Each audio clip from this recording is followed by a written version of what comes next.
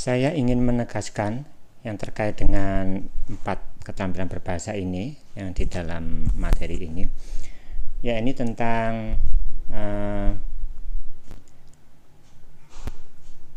kekonsistenan di dalam memahami apa yang perlu diajarkan di dalam 4 keterampilan berbahasa.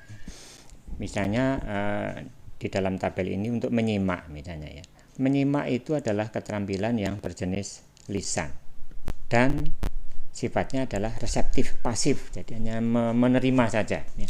Oleh karena itu di dalam pengajaran menyimak yang perlu ditekankan, harus diingat adalah bahwa di situ mengajarkan bagaimana keterampilan pembelajar BIPA ini meningkat di dalam hal kemampuannya untuk menerima masukan dari sumber yang lisan. Misalnya rekaman, mendengarkan TV, mendengarkan bicara langsung. Jadi kemampuan mendengarkan, menyimak, memahami apa yang dikatakan oleh sumber lisan itu yang penting. Sementara kalau membaca itu sama-sama pasif reseptif, tetapi dia menulis. Jadi pemahaman juga, komprehensi juga, tetapi sumbernya adalah tertulis. Jadi membaca, memahami, mengemukakan kembali.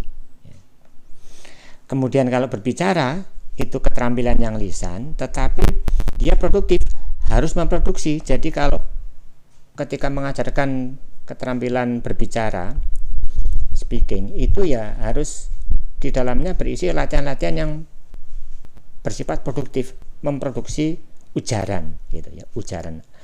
Ya, ini yang harus ditekankan ya. Jadi jangan terbalik nanti berbicara tapi ternyata pembelajarannya banyak yang menekankan pada membaca gitu ya. Ya. Nah, stimulusnya itu bisa juga membaca satu teks kemudian dia menceritakan kembali. Nah, misalnya ini, menceritakan kembali itulah yang produksi, itulah yang dinilai, ditingkatkan gitu. Itu berbicara gitu ya. Sementara kalau menulis itu adalah sumbernya tertulis, tetapi dia produktif. Jadi harus memproduksi tulisan, ya, bukan hanya sekedar kata, ya, tapi kalimat, rentetan kalimat, saya paragraf sampai ke wacana utuh. Ya. Begitu. Jadi harus fokusnya harus jelas ya. Jangan sampai salah arah gitu ya. Ketika menulis, tapi ternyata isinya pembelajarannya lebih banyak membaca ya. Itu jangan sampai terbalik seperti itu. Ini yang harus diingat. Gitu.